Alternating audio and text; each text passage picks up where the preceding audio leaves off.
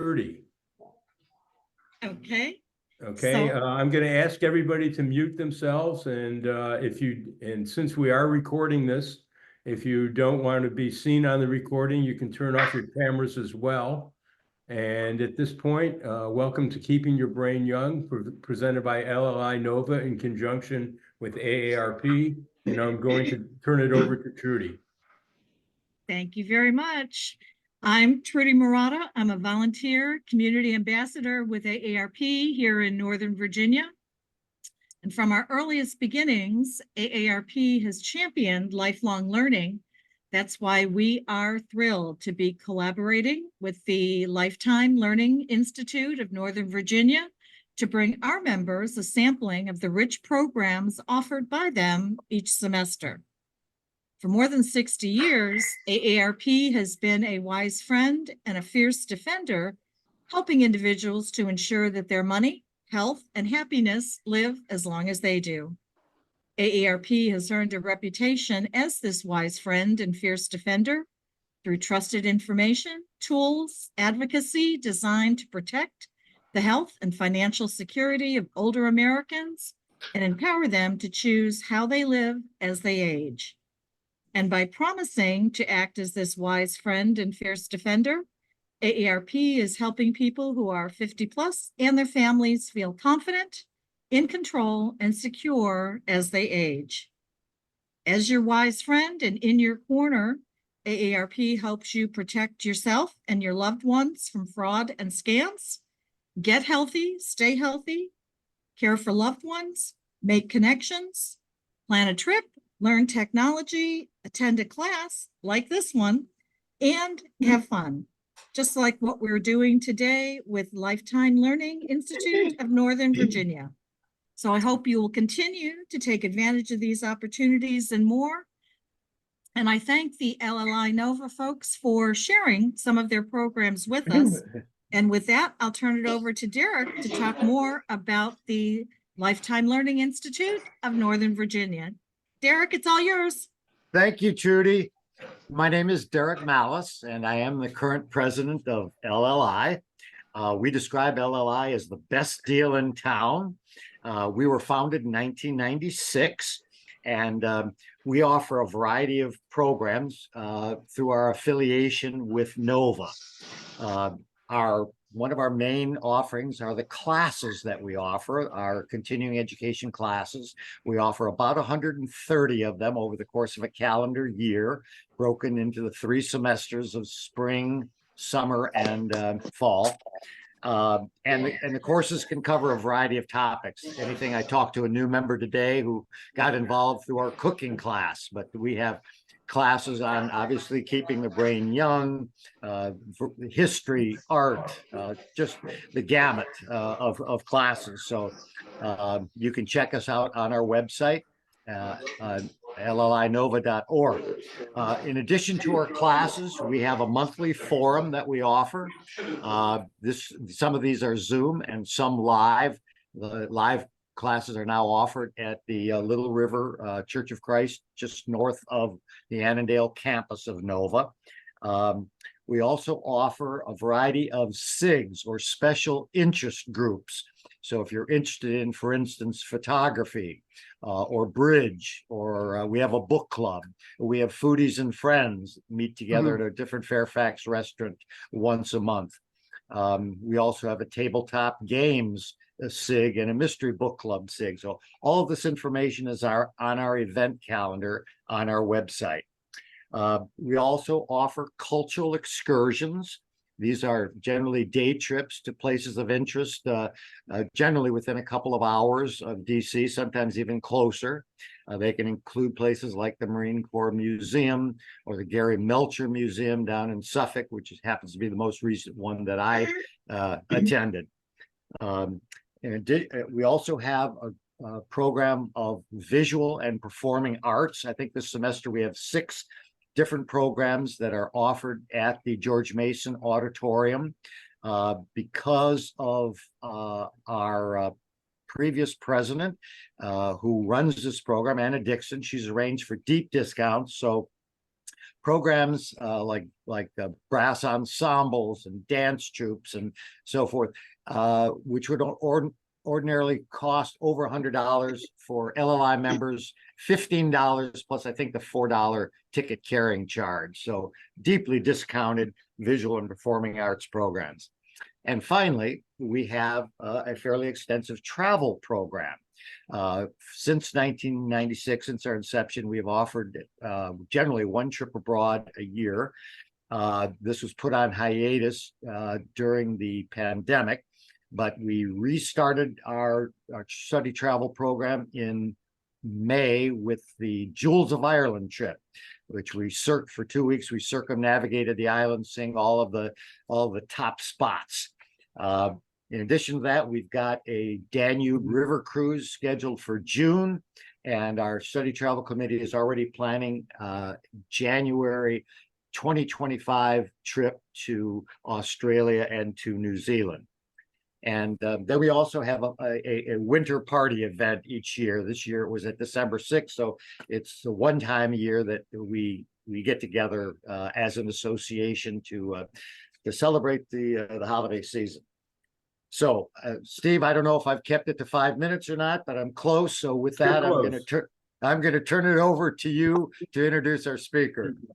Okay, thank you. For those of you who haven't muted yourselves, please do so. Joanne will be checking the chat for questions, and I'm going to do the slide presentation beforehand. Our two speakers today, Ann Keatley Ph.D. is a speech-language pathologist and is a senior fellow emeritus in neurofeedback and biofeedback. She has specialized in treating cognitive issues associated with traumatic brain injuries and other neurologic conditions for over 40 years. Dr. Keatley's broad experience includes neurorehabilitation, research, and publications in the fields of speech-language pathology, rehabilitation, and outcomes. She is a professional speaker and had a private practice in the Denver metropolitan area. In 1999, Dr. Keatley co-founded the Brain Trust, doing business as the Brain Injury Hope Foundation. Joanne Cohen M.A. is a certified brain injury specialist and vice president of Brain Injury Hope Foundation. She has over 40 years experience in coaching, consulting, organizational development, facilitation, and training. Joanne is co-owner and managing partner of Coaching, Training, and Transformation, CTAT LLC. She designs, facilitates, and project manages the quote-unquote Survivor Series, training sessions for traumatic brain injury survivors, family members, practitioners who serve the brain injury community and the military. As a brain injury survivor, Joanne has a passion for working with the brain injury community and for brain health. And with that, I'm going to turn it over to our two guests. Thank you, Steve, and everyone. It's an honor and a privilege for Marianne and I to be here today, as this is a passion for us, anything that has to do with the brain. This particular presentation is about keeping your brain young. Marianne has done hours and hours and hours of research for this presentation to get the most updated information to you. And so you can see that Marianne has written a book with Laura Whitmore, who's also here today. Hi, Laura. And Understanding Mild Traumatic Brain Injury. It's a phenomenal book and gives an overview if you or anyone that you know has a mild traumatic brain injury or an MTBI. And I also wrote a book in 2019 called Getting Hit, Getting Up, Moving Beyond: My Journey Through Brain Injury. So that just, if you're interested in learning more about that, you've got a couple resources here. Just want to do a disclaimer, and you can read this, basically that you're going to hear a lot of great things, and please just consult with your physician on anything that's medical advice, because we're not here to diagnose, treat, cure, or prevent any disease, and you can see what we've written here. So with that, there are 3 objectives that we are sticking to, because this is what was advertised and why 213 of you are here right now. One is you're going to walk away with the facts and information about the aging brain. 2, you're going to learn tools and techniques to keep your memory and your brain young and flexible. And 3, we're going to discuss further disability and interventions. So with that, Marianne, please give us your background and why you are passionate about the brain and this work. Well, and thank you for inviting me. This is going to be a lot of fun and a lot of information. My background is that I worked in hospital inpatient rehabilitation for 13 years with people who had neurological problems and neurodegenerative diseases.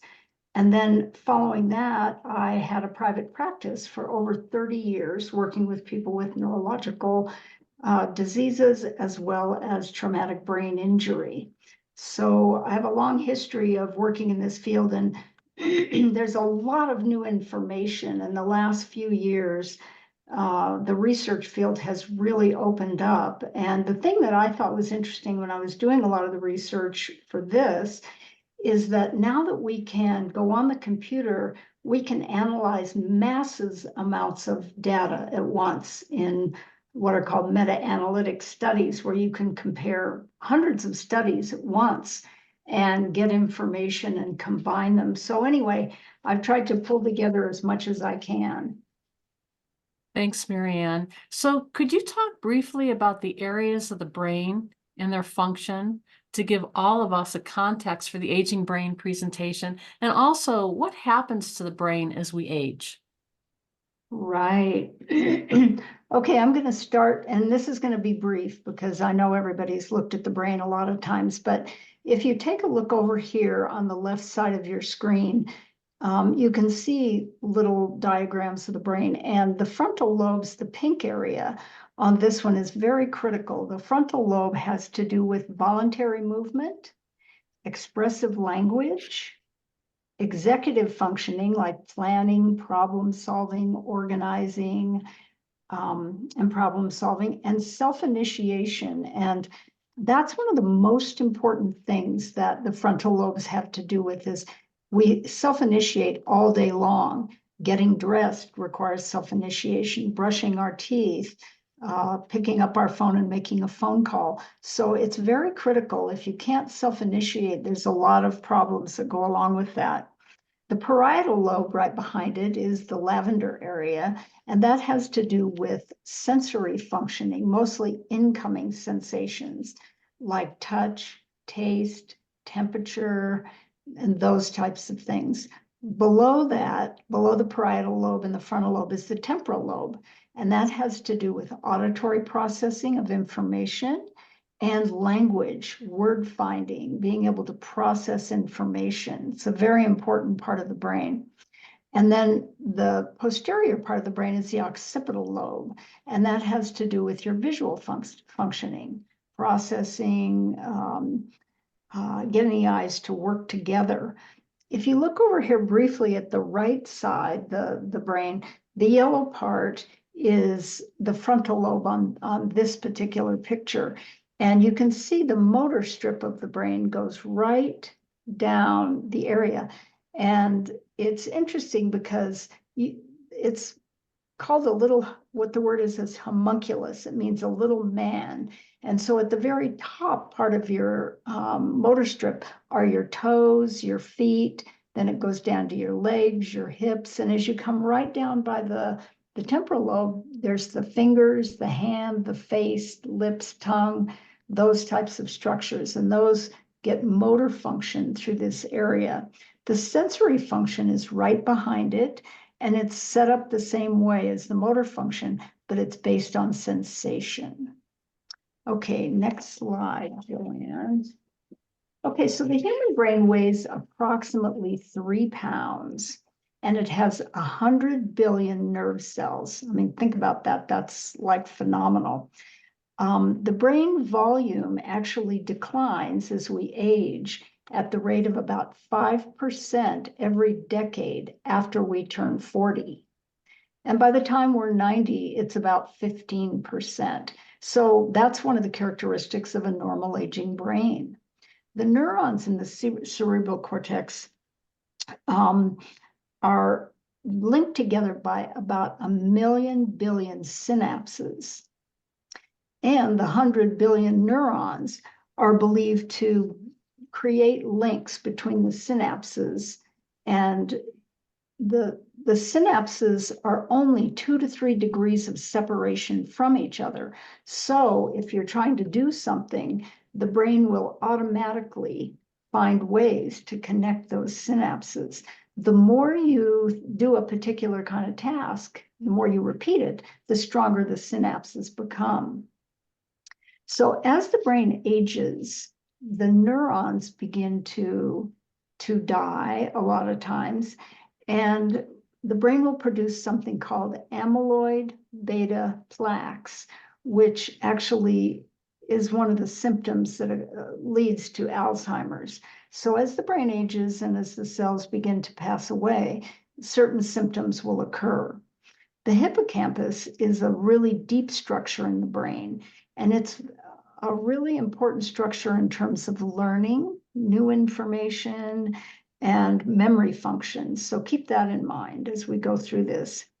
You know, as we age and the brain, you know, has certain characteristics of cells changing and neurotransmitters changing, we do lose some functions, except what the literature shows now is that if you do certain things like physical exercise, eat a certain diet, have social groups, use mental stimulation, do spiritual fitness tasks, that you can actually delay some of the issues around the brain aging.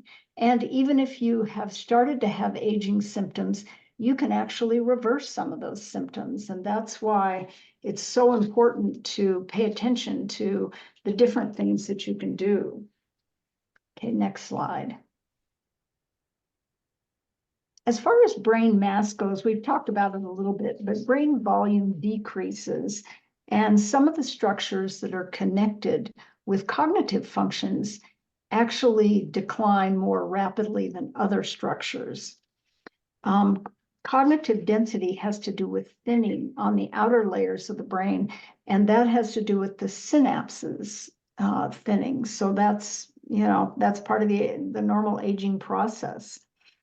White matter consists of myelin fibers, and these transmit nerve signals, and sometimes these shrink with age, which then slows your processing ability, your ability to take in information, process it, and then respond.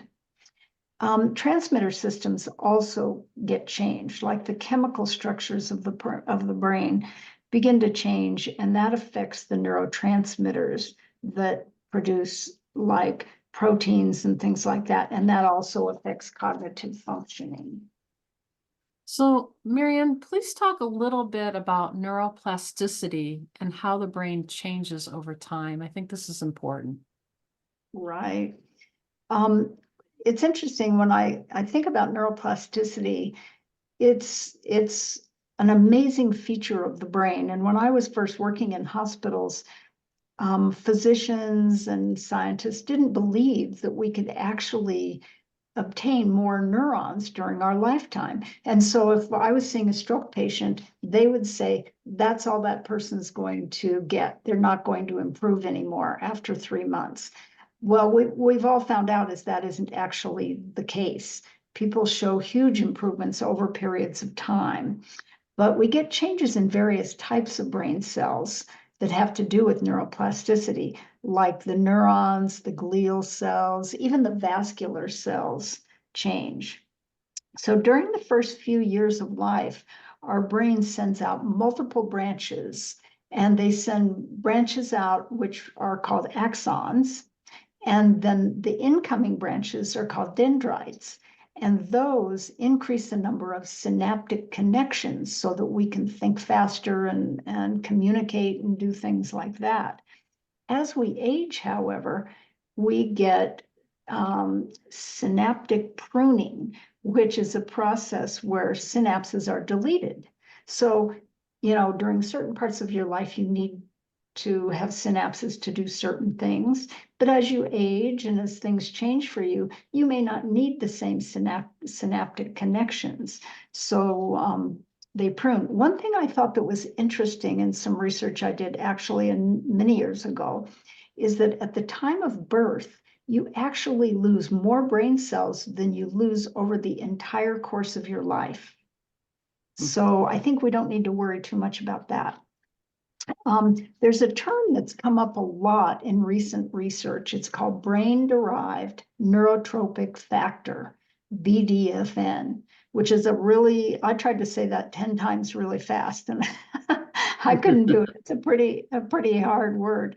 Anyway, this BDFN is really critical because it's involved in developing new neurons. It's the substance that develops new neurons and also contributes to the synapses. So keep that term in mind if you can.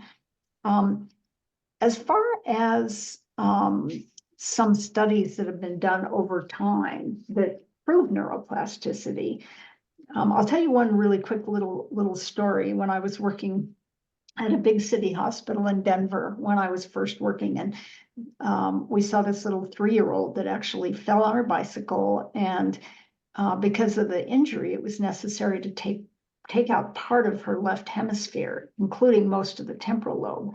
And we were all like sitting and waiting to see and working with her, but trying to figure out what was going to happen without this portion of her brain. Well, it was amazing. In about 3 weeks, her speech and language had returned. So that told all of us that either the right hemisphere, the temporal lobe in the right hemisphere took over, or certain other structures that went out from the temporal lobes had begun to take over some of these functions that she needed to have speech and language. But that was profound for me. As far as adults go, there's been some very interesting studies. There was a study called the IMPACT study that was done with 500 participants done by the Mayo Clinic and the University of Southern California. And this was a number of years ago, but what they did is they had these people do 6 auditory programs for a total of 40 hours over time. They did these 6 auditory programs through a program called Brain HQ. It used to be called Posit Science, but you can look it up now on Brain HQ. And what they discovered by having people do this is that people gained 10 years in their memory. Think about that, 10 years. And their speed of processing improved by 131%. So this is actually a cognitive program that you can access online, and there's other programs which we're going to talk about, but that's one of the studies that really shows the benefits of neuroplasticity. All righty, Joanne. Okay, so let me get this here. So please talk a little about the neurological issues that we're discussing. Right. So we're going to talk just briefly about each of these and how they fit together.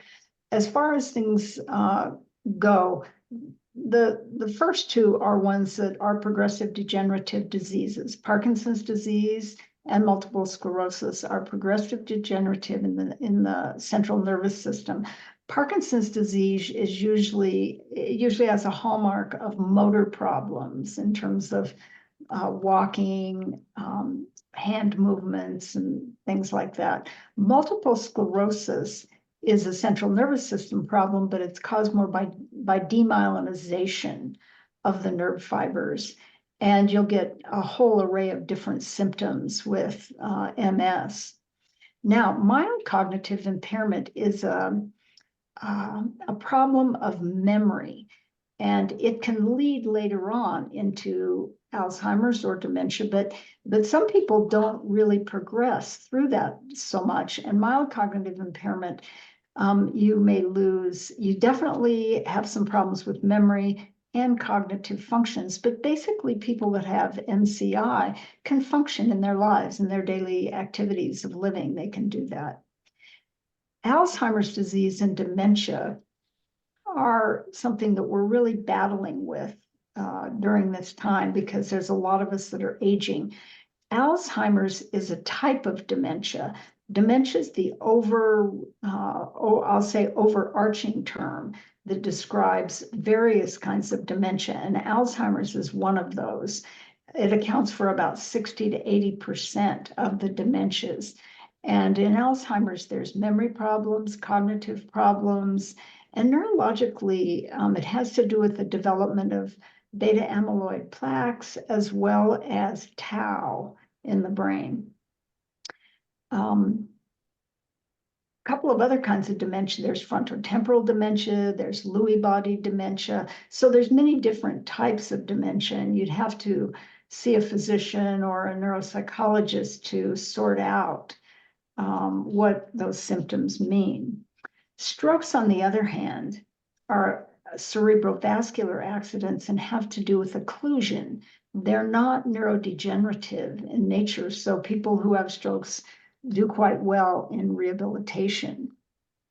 Traumatic brain injury has to do with a blow to the head or a whiplash injury in which the brain is jostled around, and it can actually cause brain cells to pass away, which is called apoptosis, because you'll sometimes get cells around it that will pass away.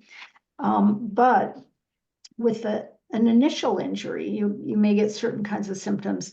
But with brain injury, they're finding that there's sometimes a secondary injury where you're getting ischemia and other kinds of symptoms that occur after the fact, down the road from having a brain injury. Marianne, before we go to the next slide, JB wants to know, is Brain HQ therapeutic or just informative? No, it's therapeutic. You can do, it's a program you can do online that has a whole variety of tasks. It's a computerized cognitive program. Thank you. And Elizabeth wants to know, what did Impact Project find helped brain function? B, D, and F? BDFN. You know, I don't know that they were studying that at that point in time. I think the impact study occurred before that, but we could look that up. I'm always happy to do research, but I didn't see that included in that. All right, now let's talk a little bit about future disabilities. And we all know that there's neurodegenerative diseases of the central nervous system, and those are characterized by progression in the disease process. Same thing for Alzheimer's, Parkinson's, amyotrophic lateral sclerosis. They all have neurodegeneration. Whereas multiple sclerosis does. Strokes do not so much have, constant degeneration. You can have degeneration, but it's a problem that isn't, that doesn't occur. It's a problem of occlusion in the arterial system. Traumatic brain injury and spinal cord have hallmarks of demyelinization or ischemia, but it's not the same as the neurodegenerative diseases. One thing that's really critical to keep in mind with all of these problems is that they all have problems with neuroinflammation. That's the marker that we want to really work on, keeping the neuroinflammation down. And we're going to talk about that. But what the studies currently show is that about 70% of individuals with Parkinson's disease will develop dementia later in their life. And with MS, it's 2.34 times that of a healthy individual in terms of the development of a dementia. Severe traumatic brain injury, the risks are twice as much as those of individuals that don't have traumatic brain injury, or without a family history of dementia. You can still develop dementia with a traumatic brain injury later in life. One of the interesting things that is in the literature now that they've discovered more recently through some very big studies is that you can have a single concussion when you're a teenager, say, for example, or in your 20s or 30s, say, for example, a single mild concussion or a mild traumatic brain injury. and it still causes the risk of dementia later in your life. And so concussion is brain injury, yes? Yes, that's true. A concussion is a mild traumatic brain injury. Okay.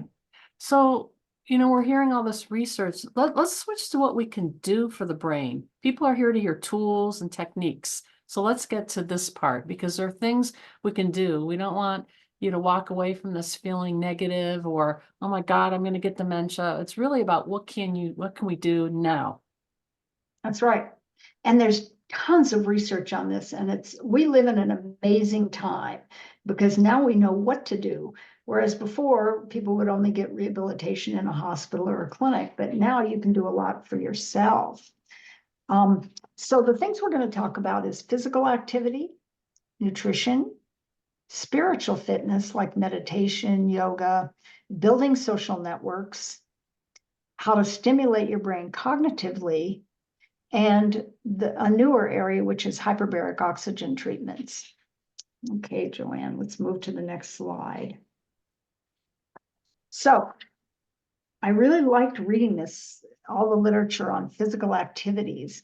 So physical activities they've found can actually reverse some of the effects of sedentary lifestyle that many of us have done, sitting in front of computers or things like that, but those can be reversed now. And what will happen is you can delay the brain aging process that occurs with Alzheimer's disease, diabetes, multiple sclerosis, and even just being a healthy adult. What the federal guidelines recommend is that adults get 150 minutes or 2.5 hours of physical activity each week. And they feel like walking is they say, a good start. What I found when I really dug down deep and underneath this is that some people did this huge meta-analytic study on all these different research designs that were done and found that if people exercise at least 52 hours total, and so people are like, wow, 52 hours is a lot. But if you think about it, if you do 2 to 3 times a week, and you do an hour each time, and once you accumulate up to 52 hours, this is where it's been associated with improved cognitive performance, and it's also helped people without cognitive impairment. So what that means is you can engage in aerobic exercise, resistance like strengthening, mind-body exercises like yoga, or any combination of these, as well as like swimming or Tai Chi. You can do any kind of exercise really to contribute. And what they found in the studies that is an improved processing speed. And I want to say that the information on processing speed is really a pearl of wisdom you want to walk away with. If you're going to work on stimulating your brain, really try and get your processing speed up. So it improved processing speed, attention, executive functions, which remember planning, problem solving, organizing, and also just global cognition or overall cognition improved with exercise. What they sort of tout this as exercise is a non-pharmacological way that you can actually make your brain better without taking medication. And it's also enjoyable. So I think that's what's important. And let me just somebody just wanted to know, and you might have answered it already, 52 hours over what period? 52 hours a week, 52 hours a month, 52 hours a year. I think you said it, but why don't we repeat that again? Yes, that's a really great question. And I had to actually go back and reread the article on that because I was like, wow, 52 hours. It's 52 hours by doing 1 hour session at a time, 2.5 to 3 times a week. So you could do 3 1-hour sessions a week, or 2 1-hour and 1.5 hour session a week. And then once you reach the 52 hours, that's when they really noticed from all these studies. It was actually 98 studies that they combined to figure this out. Thank you. Last night, thank you. Jeannie Hales had talked about, and I saw it.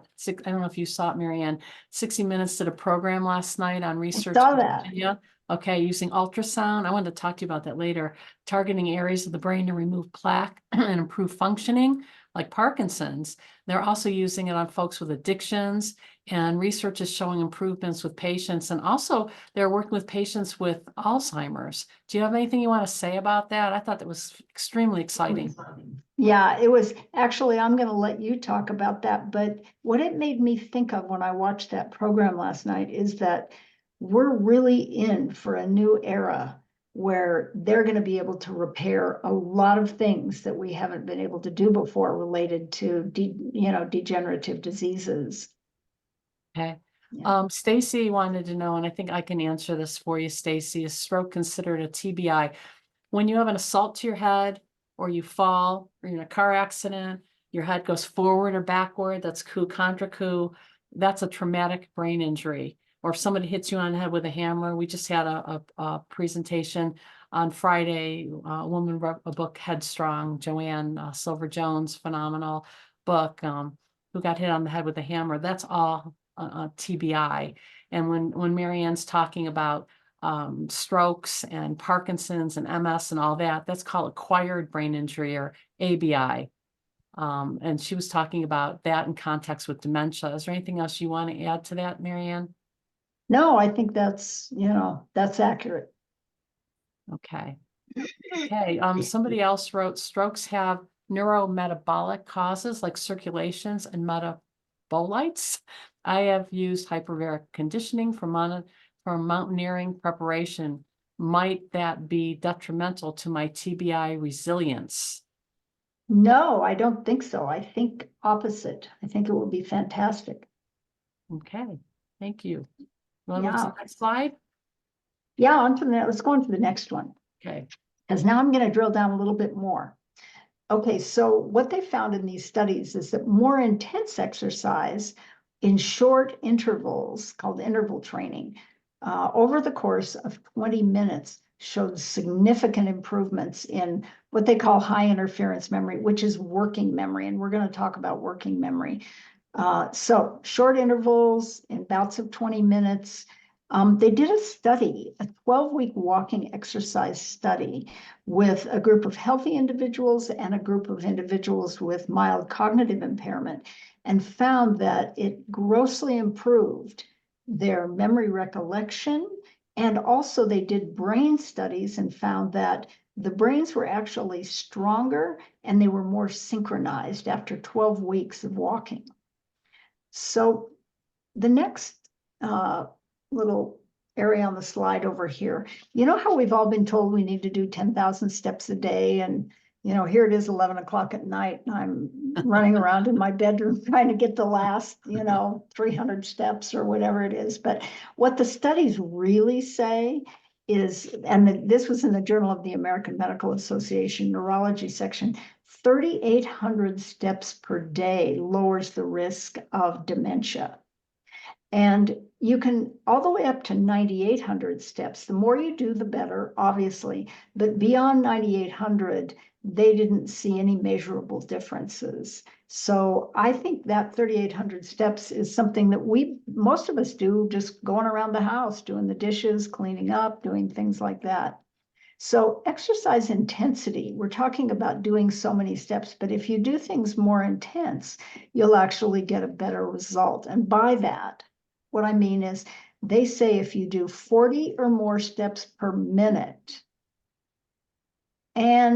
or 112 steps during the 30 most active minutes of your walk, that will lower your dementia risk even more.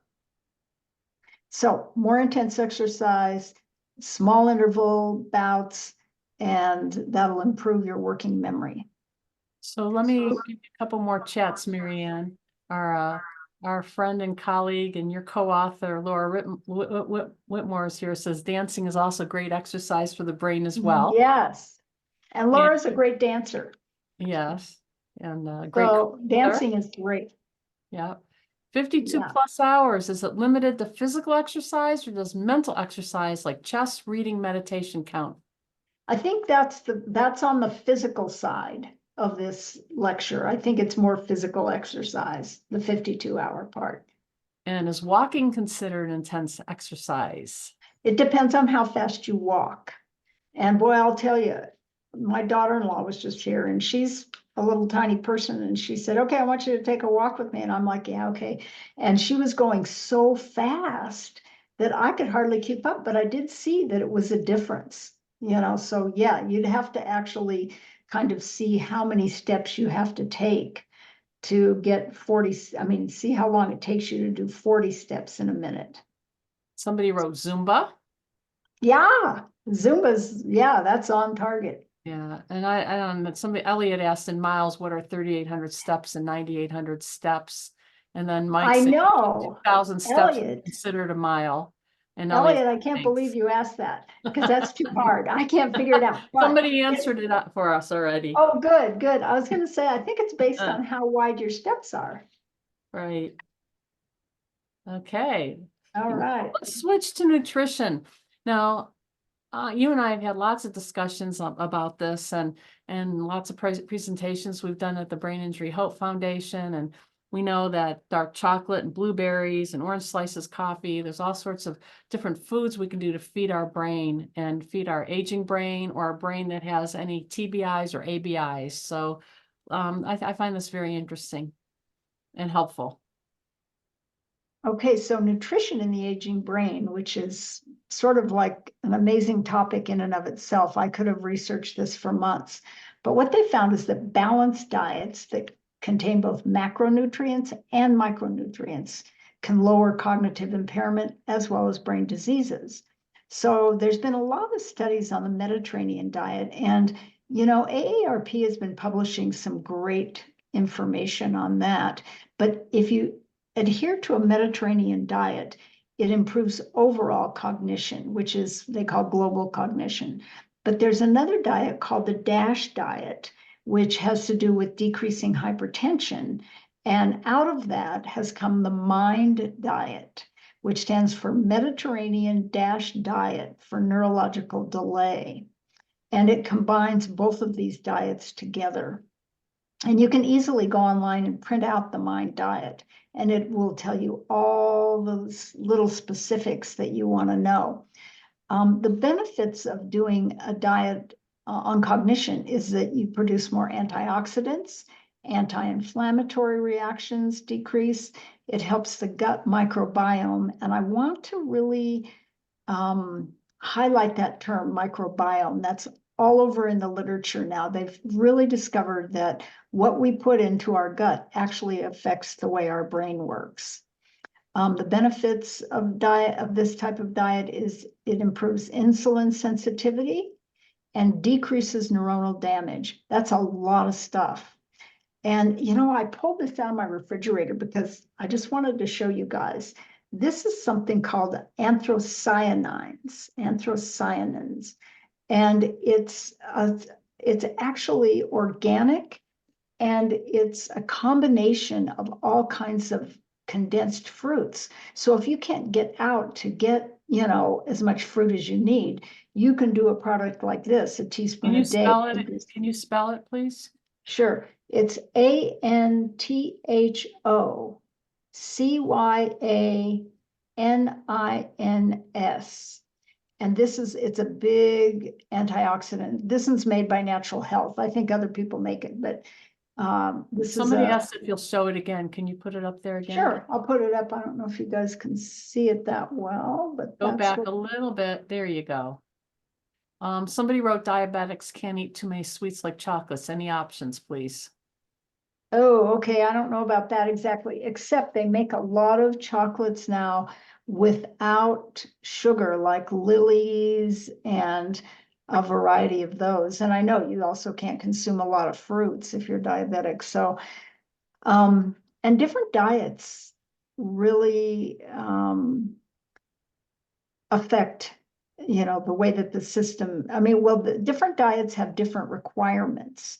So the most effective diets are high in consumption of fruits, vegetables, and whole grains.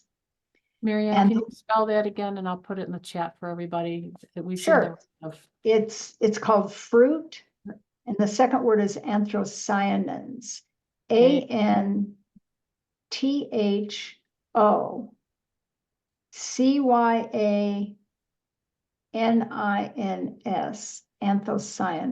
And I will send this to everybody. You got to keep it refrigerated once you open it. And actually, I think they send it to you refrigerated if you order. Least effective foods to consume: sugar, saturated fats, and processed foods. They did cognitive tests on people, like, they might have done the Montreal cognitive test or one of those. After 4 years of eating the Mediterranean diet, added with olive oil when they cooked or on salads, and nuts, and they found improved cognitive functioning significantly. Fish also is a source of omega-3 fatty acids that they recommend, because these help increase the membrane integrity of the cells and fluidity of the cells. So when you talk about fish, for example, salmon, we've got the wild salmon versus the farm salmon. Do you have any insights on that? I don't. That's not an area that I know about, because I'm allergic to all types of seafood. I can't eat anything. So I guess I sort of let that go, but I do take omega-3 fatty acids. Okay. Yeah, somebody else may actually have a lot of information on that. And somebody asked about MIND diet with a question mark, MIND. Yeah, the MIND diet is the Mediterranean and the DASH diet combined. And I actually printed out a copy of the MIND diet for my husband because I thought it was so interesting. And they tell you very specific things about how much of each thing to eat. Like, you're not supposed to have more than 4 to 5 servings of pastries a week. And they tell you how much meat to have and how many vegetables to have. It's pretty thorough, and I think some of it might be on the next slide. It is. So let's talk for a second about cocoa flavonoids or dark chocolate, and it needs to be 70% cocoa or above.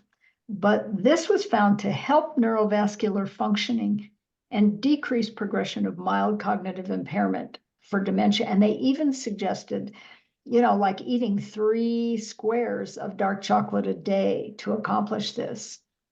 All right, let's look at the next slide. Before we do, I've got a bunch of chats going on here. I know, everybody's excited. I know, this is great. I'll try to get I don't think I'll get to all of them. If we want to get to everything else here, I'll do my best. But that fruit anthocyanins they can get online, correct?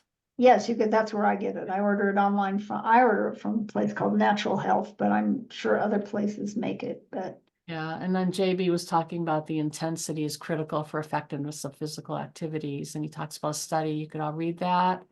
Thank you, JB. What about microplastics and mercury problems?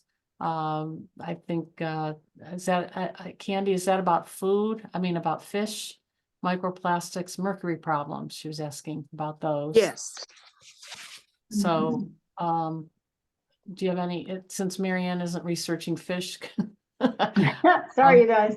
Yeah, I think you can go to one of your markets and talk to the people that are specialists in that. Drinking lots of water does help. They wanted to know about that. Drinking lots of water. What are you talking about? 64 ounces at least a day, Marianne, of water? Yes, I think that's what they're reporting is a good amount. Yeah. Joanne, there's a program on Netflix now called What You Eat. And I think it's four series of programs that they did with all twins. And they talk a lot about different kinds of fish, and it's very informative. Yeah, I heard about that.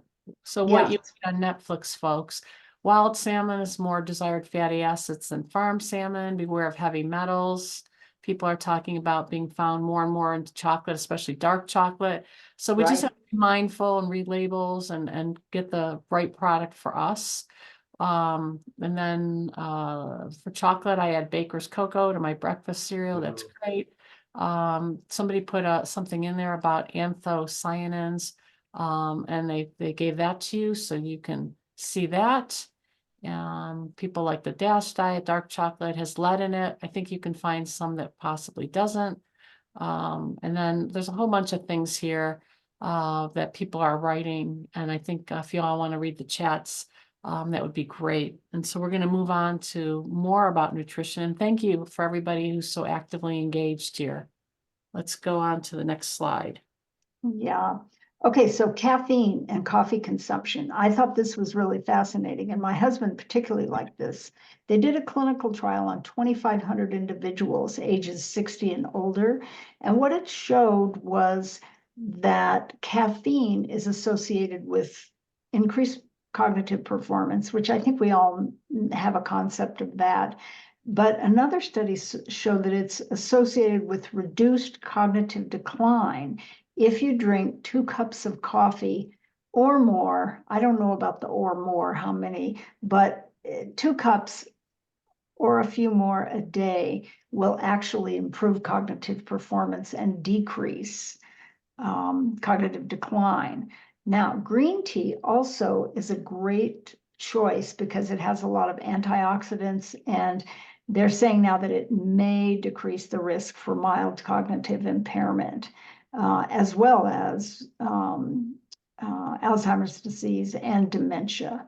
Marianne, it's does it matter if your coffee or your tea is decaffeinated versus caffeinated? Does that matter?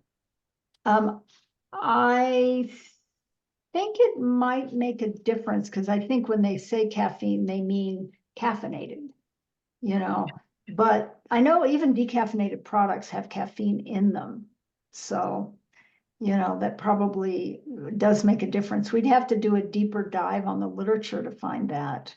Yeah, and I think there's some literature too. Somebody wanted to know about the link to stomach cancer with green tea based on Japanese consumption. Oh, I don't know, but that would be interesting to find out. I haven't read that. Haven't read that either. I'll have to research. Yeah. So there's a lot of deleterious impacts on cognition with certain kinds of foods.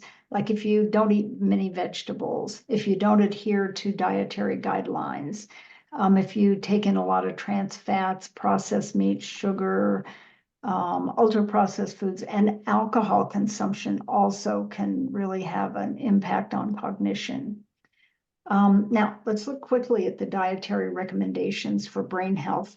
Mediterranean-like diets, obviously, fruit, vegetables, beans, lentils, nuts, whole grains, those are critical. Brown rice, at least 400 grams or 5 portions of fruits and veggies a day, and they don't count potatoes, sweet potatoes, or starchy root vegetables in their category, which I think is sad, but you just have to decrease and eat more green vegetables like broccoli and things like that. Sugar intake, I couldn't find very specific information. I mean, if you look at glucose, you'll see more information, but the sugar intake was all it said in the Mind diet that I saw was not more than 4 to 5 pastries a week. Okay. Saturated and unsaturated fats obviously play a part, decreasing that as much as possible, and using less than 5 grams or a teaspoon of salt per day is recommended. Someone want to know about corn. Corn. Corn is a little controversial. I don't know. I like corn, but I know there's been studies over the years about corn and some of the mold that gets in corn, but I think that's considered a veggie on the Mediterranean diet. We'd have to look at that. I know they really tout eating green veggies. So Joanne, I think we should skip this slide because we're all right running a little short on time. So let's look at other factors that impact the brain. Okay. Smoking. Smoking causes oxidative stress, which can lead to strokes and Alzheimer's. So obviously that's one that we would all like to cut out. Vaping, there's not a lot of information out on vaping when I did some research on it, but what they did say is that it changes the synapses that are formed in the brain and affect attention. So that's the latest information on vaping. As far as alcohol goes, The Mind Diet actually says that you can drink, like, say, for example, a glass of wine a day, but alcohol is linked to reduced volume of white matter particularly in the frontal lobe. So be aware of that. If you like wine and you want to drink it, that's fine, but be aware that there are some linkages there. Lack of sleep is a big problem. Harvard Medical School did a study of individuals that were 65 or older, and they found that those individuals that slept 5 hours per night or less were more likely to develop dementia than people that slept 6 to 8 hours a night. So that's a pretty important thing to get your sleep up. Great, thank you. By the way, I'm gonna, in terms of the chat, you can be chatting and reading it. We have a lot to go through in the next 35 minutes, so we'll leave some time at the end for your questions. So, not to be offensive to anybody who I've been reading chats, but we really do want to get through the rest of this, so for you. Okay. Spiritual fitness is a new term, Marianne. So let's talk about that. Tell us more about that and the buildings of social networks. Okay. Spiritual fitness, when I found it online, I kind of laughed, and people always say, oh, you're from Boulder, because we're always accused of doing spiritual things, but I laughed at that. But it means all kinds of things. It really has to do with different kinds of spiritual practices. And research has shown that practicing a particular technique called Kirtan Kriya, or Kriya, I'm not exactly sure about that pronunciation, reduces anxiety, depression, sleep disorders, risk factors for Alzheimer's, and it improves cognition, and it reverses some of the symptoms of memory loss. And they've done a lot of studies on this particular technique. And I happened to be watching this Daniel Amen program the other night that he was doing on brain fitness, and he talked a lot about it. And there's studies that show that it increases blood flow to certain parts of the brain that are central to memory, stress balance, emotion, cognitive control, and it includes the hippocampus, where you're getting some positive results, the prefrontal cortex, and the cingulate gyrus. So it improved cognition in the study they did by 50%. It improved stress by 37.5%. It improved memory by 31.25% and lowered anxiety by more than 18%. So this is a sort of a newer technique, and I think it makes a lot of sense. One of the effects it had is that it affects what are called the telomeres. And telomeres are the top parts of your chromosomes. And as we age, those have a tendency to shrink or become damaged. And this particular technique, when they did the brain studies, they found that it actually helped the telomeres. So I want to tell you this technique. So what you do is for 12 minutes, Daniel Amen said 12 minutes. I'm not so sure if people do it for longer periods of time, I'm sure. But 12 minutes, you say 4 specific words: sa, ta, na, no, sa, ta, ma, na. And you actually touch the tips of your fingers as you do each one. So thumb to index finger, sa, ta, na, ma, sa, ta, na, ma. And I was doing it the other day. I was at the gym walking on a track, and so I really didn't want to be saying it out loud. So I said it to myself, but you get motor function in your tongue and everything if you're even thinking a word. So this study has shown a lot. And yes, you do both hands. I just saw that in the chat. Okay, so that's called Kirtan Kriya, or Kriya, whichever.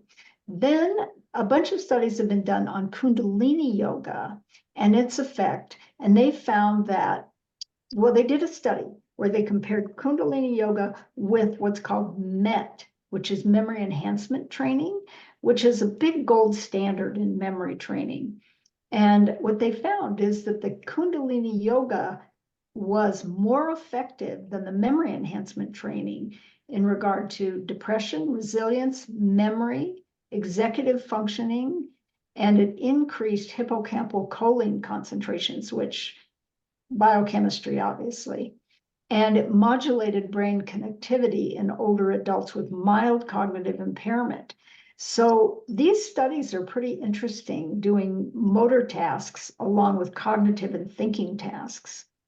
More studies have also been done on Tai Chi, which has been shown to also improve cognition. Okay. More tools and techniques, building social networks.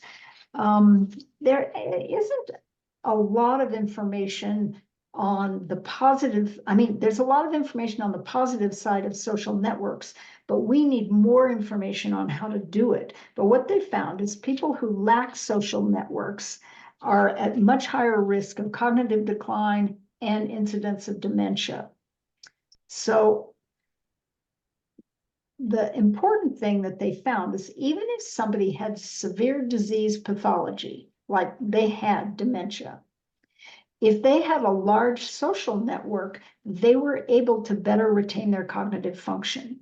And that was a big study they did, which is pretty interesting. So we're beginning to really see the importance. There's a lot of different ways to do social networks, obviously by joining senior centers, joining into community activities, exercise groups, book groups, meeting with friends and social activities. Part of the barriers, though, have to do with the inability to have transportation places, or like here, like the weather's very cold today, it would be hard for anybody to get out.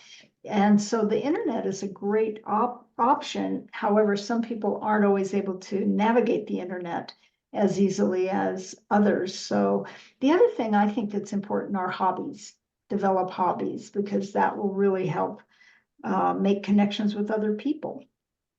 So let's talk about hyperbaric oxygen that's been used in the military for years. Let's just do a high-level overview since we have about 29 minutes left.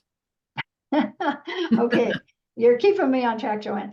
Okay, hyperbaric oxygen is something that I've sent patients to do for many, many years, and it's really quite profound for some of the clients I've seen, particularly with traumatic brain injury, but they've been doing a lot more studies on older individuals doing hyperbaric.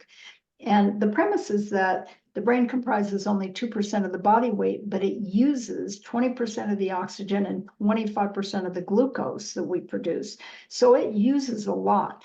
So I'm presuming everybody knows what hyperbaric is, but it's when you get into a tank and you're given 99% pure oxygen for a period of time.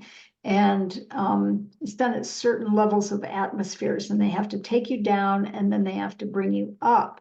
So this is an interesting option for people. I don't believe it's covered by insurance much yet, but if you do intermittent hyperbaric exposures, it'll improve telomere elongation, cognitive enhancement, skin rejuvenation, and pulmonary function. So here's the crux. They did it with Alzheimer's disease patients, and they noticed that in 1 month, their cognitive assessment scores had improved significantly. And then when they did mild cognitive impairment patients, their language improved in a month, as well as their abstract reasoning, and their problems with memory actually were ameliorated. They didn't have problems with memory after they did it if they followed 1 month, 3 months, 6 months. Okay. So that's promising. So Marianne, I personally know how important cognitive evaluation is to understanding one's brain's strengths and deficits in order to seek treatment. Tell us about the new SAGE evaluation. In fact, I just went on and I just ran it off and I started to do it myself. Talk to them about it. I think this is pretty cool that we can download something and actually assess ourselves. Yeah, it's very cool. So I want to do a little plug too. AARP has a very cool online assessment you can do that will give you your age, and it does speed of processing and word retrieval. It does a lot of different things on memory. So excuse me, that's one program that you can do. The SAGE program is a screening test. It's not a deep dive test, but it's a screening test that looks at thinking, memory, and cognition. And the letters actually stand for self-administered gerocognitive exam.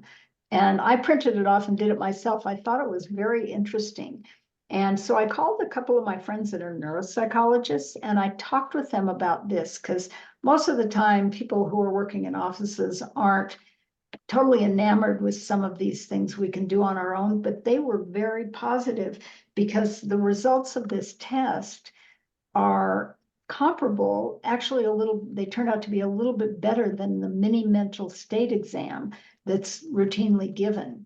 So it provides a baseline for people to watch what's happening to their memory. So if you have any feeling that you're having some memory problems, or if a family member thinks you are or they are, then you can download the SAGE test and then take it. And I think it said there were multiple versions of the test, so you can take it over time and watch if you're seeing any decline in your functioning. After you take it, you can go to this website, the www.verywellhealth.com/sage, a few more things, and score your test. So that's very important. The main purpose of this really, though, is to kind of see how you're doing and then go to your physician and take it and have them determine, because many times we see people that are saying, oh, I'm having memory problems and I can't think of words and this is a problem. And we may test them and find certain things, but physicians have different ways to reverse problems. There's various medications, and now we know physical exercise, diet, and a lot of these things will begin to reverse problems. If you want a cognitive evaluation, you can go to a speech language pathologist, and they'll do a testing and determine what's happening. Or you can do a comprehensive neuropsychological evaluation with a neuropsychologist. The important thing also is to find a gerontologist, someone that really understands aging. Okay, so Okay. based on results of evaluations, let's talk about how to stimulate the brain and principles of brain training. Okay, we're going to talk about this, but we're going to go through and talk about language, memory, particularly working memory, attention, flexibility of thinking, processing speed, logic and deduction, and multi-track thinking. But first, Joanne, we're going to go to the next slide, and we're going to talk about the principles of training your brain. These are just general principles to keep in mind. First of all, you can work on remediating problems. And if you can't fix a problem through various activities, therapy or various things, then you can work on compensating for them. Like if you're having problems with your sense of time, you can set up reminder systems. There's a whole variety of compensations. Also focus on new learning. As we talked about, you'll increase your synapses by doing things repetitiously, which is great, but new learning activities are what really expands the brain and keeps it functioning and keeps it young. Another principle is always begin working at a level that you can accomplish without significant error. If you're doing activities that are too difficult and you're making too many errors, that doesn't really help. You really want to start at the level where you can do it and then increase step by step. Then using the principle of reversals, use your left hand and your right hand. Like if you write right-handed, maybe write a few words and then try and do some left-handed. But do tasks that require you to shift back and forth, like visual versus auditory, left versus right. And perform tasks that move up and down the neurological system, which is sounds sort of like gibberish, but what it means is if you can't do something, like say, for example, you can't retrieve words, if you actually tap your fingers together or tap your fingers on your leg or your knees, The hand is right above the mouth and tongue and lips on the motor strip, and that may actually activate your ability to find words. So neurologically, you can actually begin to do things by understanding the motor strips and the sensory strips of the brain and what is activated where. So that's a great thing to try. The three principles in neurological rehab after somebody is injured seriously is we begin by working on rhythm, like 1 and 2 and 3 and 4, things that will make the brain work. And I had a case quite some time ago where the patient had actually had the frontal lobes removed due to a motorcycle accident. And he couldn't initiate any speech and language because of the frontal lobe issue. So I started doing rhythmic activities, up and down and in and out, 1 and 2 and 3 and 4, and getting him to say them. And eventually it didn't actually take very long. He was able to self-initiate speech and language. He knew what he wanted to say, he just couldn't make it come out. So that's one way to unlock it. Reciprocation has to do with doing different sides of the body. So like marching, left and right and left and right, that will also release some things brain-wise. Repetition, yes, do things repetitiously until you can do them, and then branch out and do new things. Let's Okay, move on. Joanne. Let's move on to sleep. Oh, I don't want to. I want to do the next one. Oh, you want to do the next one? Yeah, Okay. this is one of the very most important ones, so I'm insisting on this. And you- Okay. Sorry, but okay, language and word retrieval. That's my area because I'm a speech pathologist, but if when you work on language and word retrieval, work on speed of word retrieval. That's critical for keeping things going. You can do things like work on antonyms, opposites, synonyms, words that mean the same as. You can do your Wordle every day and your Dordle and those kinds of things. But working on speed of word retrieval by actually picking a letter. It's called phonemic naming, and it's controlled by the frontal lobes, and it's very important in keeping our frontal lobes going. So pick a letter, like say, for example, S, and for 1 minute, write or say as many words as you can beginning with S. Sap, sync, sort, synchrony, anything that you want to say, but do as many words as you can in a minute and pick different letters each day to do as many words. And I tell people, if you're sitting in a restaurant waiting for somebody and there's a napkin there, write the letter and start writing as many words as you can. That'll get it. Or say it while you're outside walking. You can do categories like see trees, name as many kinds of trees as you can. Okay, memory. So memory is the thing that people talk about the most. They feel like their memory is off. Sometimes it's actually not your memory. It's your inability to process information rapidly, or your attention is off. So that's why your memory doesn't work, because you have to be able to bring something into your memory and then encode it into your memory. So if your attention's off, it's hard to do that. But a very big study was done by Johns Hopkins, and they studied all kinds of memory programs. And what they found was that a program called Dual and Back, it's up here on the screen, Dual and Back. And you can practice it through another site for free called brainscale.net. It's a little complicated to learn, but there's a tutorial on it. And what they found is the people that did Dual and Back improved their memory by 30% in 30 days.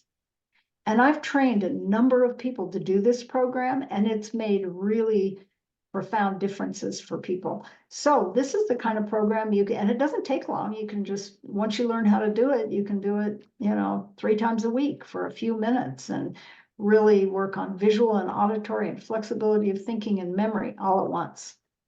So processing speed, attention, flexibility of thinking tasks are best really worked on through computerized programs. And so I'd like to make a plug for the Sharp Minds program that AARP has. It's excellent for working on all of these things. Brain HQ, which I mentioned before, There's a program called Lumosity that has a lot of variety, and it's very fun and also contributes. And then there's another program that has a lot of research behind it called Happy Neuron. So that's another one that would be excellent to do. Logic and deductive reasoning, you can do through Sudoku problems. You can do logic matrix problems. You can buy little books of logic problems. Some of them are too difficult, so find ones that are basic to start with. Ken problems, a lot of things work on logic and deduction. Flexibility of thinking are things that you can do by just shifting tasks, visual tasks to auditory tasks. Multi-tracking is a program, are programs where you can do things like, say, for example, take a deck of cards and sort them as rapidly as you can by suit, hearts, diamonds, spades, clubs. So sort as rapidly as you can. At the same time, you could get maybe somebody around to spell words for you, and you tell them what they're spelling at the same time that you're sorting, and that's a multi-tracking activity. Okay, Joanne. Well, I'm just going to talk about one thing on this particular slide, and that's these are all electronic apps that you can download to your phone, and they're excellent and have been used a lot. And one that's really good for memory is called Namerize. And you can just download it on your phone, and it will help you practice recalling the information you want to remember. And it'll remind you in 1 minute, 2 minutes, 3 minutes, 15 minutes, whatever it is. But that's an excellent program. So electronic apps have a lot of advantages now, and you can get them. They're very inexpensive.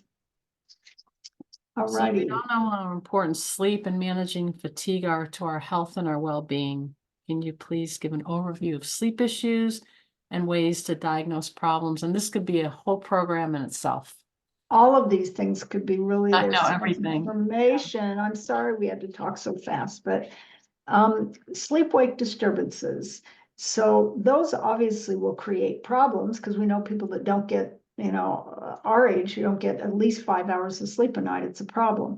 So, but sleep problems go undiagnosed because they're underreported. We go to the doctor and we've got other problems, and then we don't really say, well, I'm not really sleeping well. Or they say, how are you sleeping? And you go, well, not so well. And they'll say, well, don't use your computer at night or something like that. But really, that needs to be managed pretty clearly. And it's a big problem with traumatic brain injuries and other types of neurodegenerative diseases. So if you don't sleep right, a lot of times you may be compromising your ability to recover from something that you've had. It also impacts social reintegration, but there's two things. This one talks about warm foot baths. A big study was done by a group of visiting nurses that went out to the homes of people who had were a year post-injury and were having a lot of trouble sleeping, and had tried medications and everything. And what they found was that if people put their feet into warm foot baths of 105 degrees Fahrenheit above the ankle for 30 minutes, 1 to 2 hours before they went to sleep, it activated these heat nerve neurons in the bottom of the feet, and it allowed them to go to sleep faster, and they stayed asleep. So that's a really cool thing, the warm foot baths. One other thing that's not on this slide that is interesting is blue light therapy. And blue light therapy works on the circadian rhythms of, sleep. And so if you're having trouble going to sleep, if you use blue light therapy, you do it for about 45 minutes in the morning, and then it begins to change your circadian rhythms and helps you improve your sleep. Okay, Joanne, next. Okay, so the next slide. This is the diagnosis of sleep problems, and this will just take a minute because this is something a physician needs to really work with you on. But if you're having sleep problems, you can go and do something called polysomnography, which is a sleep study, and it's the gold standard. And you can go to a clinic or a hospital and have that done. Actigraphy is becoming more popular, where you wear a device on your wrist and it'll tell you how many hours you're sleeping. And I think sometimes it gives you the quality of your sleep, but that's another thing you can do to begin to identify, what's happening. So sleep is related to fatigue and energy allocation. So Joanne, I'm going to talk about this a little bit. Okay, Right. we all know the brain uses more energy than any organ in the body. If the brain gets injured, we use all of our energy just to do basic functions. And 43 to 73% of survivors with mild traumatic brain injury complain of sleep problems, and sometimes it lasts for years. Fatigue affects quality of life. And they believe that fatigue problems occur because of the mental effort it takes to think following an injury. All right. So there's 3 types of fatigue. Yes, 3 types of fatigue include physical, cognitive, and emotional. The only reason this is really important is that if it's physical fatigue, it usually occurs over the day. And this is something your physician might want to know if you were going to him to talk about feeling fatigued. Physical tasks that you do over the day, house cleaning, any kind of task, can increase fatigue, but you notice it more as you move through the day. Cognitive fatigue occurs when you're reading, concentrating, trying to solve problems. Thinking takes much more effort than other tasks. We don't realize, we think physically it takes more effort, but really cognitive tasks take more energy in the body. Emotional fatigue is really hallmarked, I don't know if that's a word, that when you wake up in the morning, you actually feel fatigued. And that may be a sign of too much stress, depression. So if you feel worse in the morning when you wake up, you definitely want to talk with your physician about that. So let's move on to the energy allocation paradigm that helps individuals compensate for decreased energy. And you asked me to go over this one, and you're going to interject. Everyone, this particular model really changed my life. I've had 4 traumatic brain injuries now, and trying to explain to people that I forget things, or that I don't know if I've washed my hair 4 times in the shower, or whatever I've said to people, they might say, oh, that happens to me too. Or that's because you're over 60, or that's menopausal, or that's this, or that's that. This model, which was designed by Mary Lou Asimovic here in Boulder, Colorado, who wrote a book on mild traumatic brain injury. And she talks about the difference between a healthy brain and a traumatic brain injury brain, or a brain that, and I suppose even for an ABI brain, where you have less reserve, more demand. So if you take a look at a healthy brain and you look at this pie, and this is a way you can explain if you have any type of issues. When you have a healthy brain, half the pie you have reserves to lie on. So you might be tired. You might forget things. You might have issues like that. To live our life, we have physical, cognitive, and emotional demands. We have a whole half a pie to fall back on. Someone that has a brain injury or an assault to the brain or brain issues, the reserves are much less, as you can see, and it takes so much more energy to live life, both physically, cognitively, and emotionally.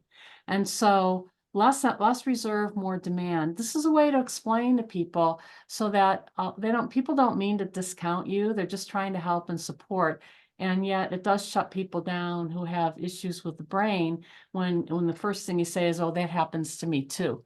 It might happen to you. It happens to somebody with a brain injury or other brain issues more. And it becomes more frustrating because we remember how our brain was before we had the assault to the brain. Marianne, do you want to add anything to that? No, I don't think so. I think you hit all the points. Less reserve, you can't go out and socialize at night and do things that you love. Yeah. So let's talk about this compensation for decreased energy. Yeah. So if you have decreased energy and fatigue, You can do a variety of things, sleep a little bit more at night, take naps during the day, and that's very critical, particularly if you've had a traumatic brain injury. Take a nap, improve your energy base. Also, by analyzing tasks and how much energy they take is really an important thing, because we all assume that if something takes longer, that it requires more energy. And that might be true, but certain things will really zap your energy. Like going to the grocery store for an individual with a brain injury is off limits for a period of time because of the fluorescent lights, all of the visual stimulation, the sound. There's just so many things that really assault the brain. And so looking at the tasks and thinking, well, how much energy does this take? And then pacing yourself to decide what you'll do on which days, and pacing yourself throughout the day. Some of the advice we give people is do a little bit, rest a little bit, do a little bit, rest a little bit. And in our society, we've really been taught to push through everything, but I don't know, that's not exactly a great idea as we're trying to recover or live our lives with certain kinds of medical issues. And we already talked about blue light therapy, so I think we're hitting on a lot of variables. So as you can see, folks, there's all these references that were read and used for today's presentation. And I wanted to ask you, Marianne, before we open up the floor for just a couple minutes for some questions, because it's already 4 minutes to the hour. What other sage words of wisdom or advice do you have for all of us sitting here today in terms of the aging brain? And thank you, by the way, for doing all the research and putting all the energy you did into this. How do you want to leave us today? Well, I know we can't do everything, but we can certainly find small ways to change our diet, to exercise several times a week. We can, even if we can't, always get out, there's certain kinds of exercise we can do, and trying to build social networks somehow. So I think now you're aware of all the different things, and you've gotten maybe a few pearls of wisdom from this. But just take care of yourselves and enjoy your life. Well, thanks, Marianne. And we can open the floor if you want to open your audio just for a couple questions. If you'd like to ask Marianne, because surely we can't get through all the chats at this point. We've done our very best. If you have a burning question, why don't you ask Marianne now? What about the claims that Prevagen makes? Oh, wow. I can't believe you asked me this question. My brother just called me yesterday. He's 82.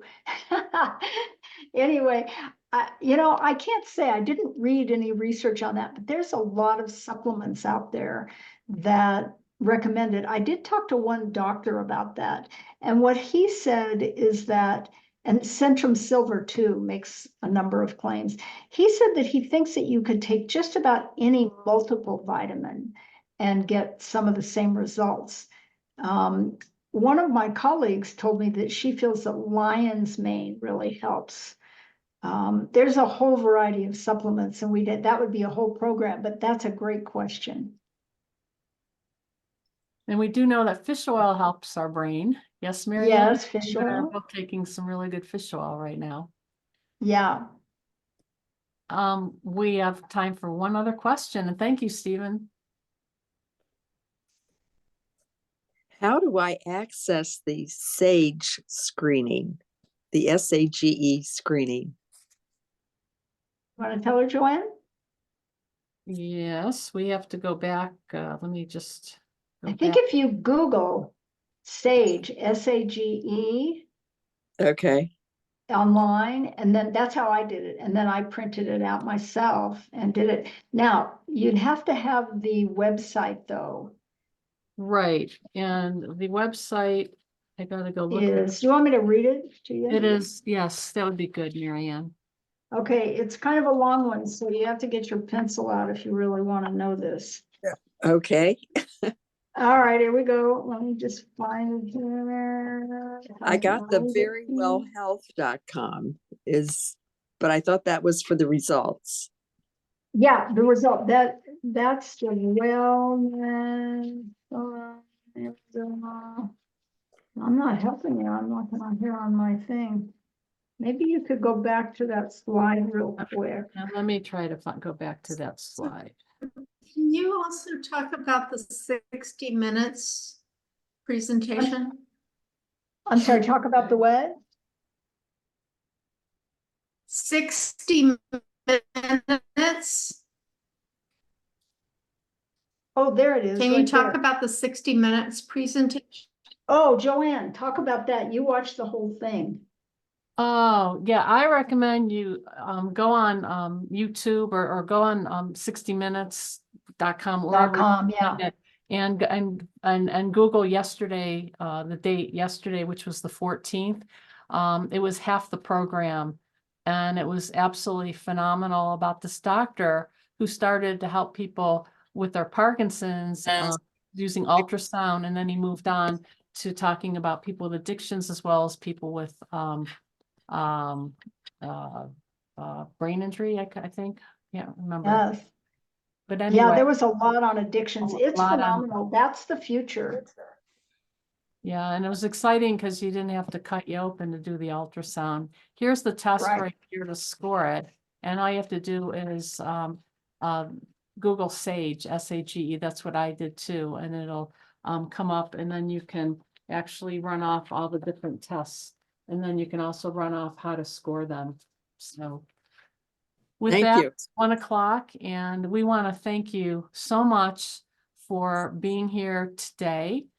We hope that you learned, if you learn at least one thing from the lecture, they're that much farther ahead. We hope you learn much more. I know that this has been recorded, and you can actually watch the recording again when it's posted. Maybe Steve, you can talk about where it'll be posted, and then you can see the slides there. Again, a lot of you were asking about that. Thank you, Marianne, for all the time, effort, energy into this, and thank you to Debbie and Steve and LLI Nova, as well as AARP. And if I forgot anyone, please forgive me.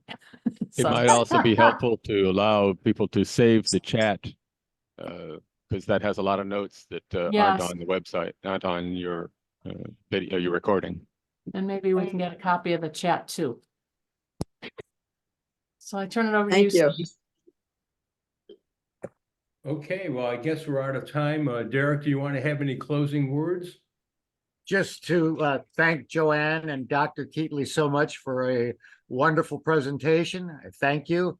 And so all of those AARP viewers who are still with us, LLINova.org is our website. I encourage you to look at it and see some of the services and programs. As I said, I think LLI is one of the best deals in town. We'd love to have you as a member. I believe that AARP will be posting the recording to their YouTube channel.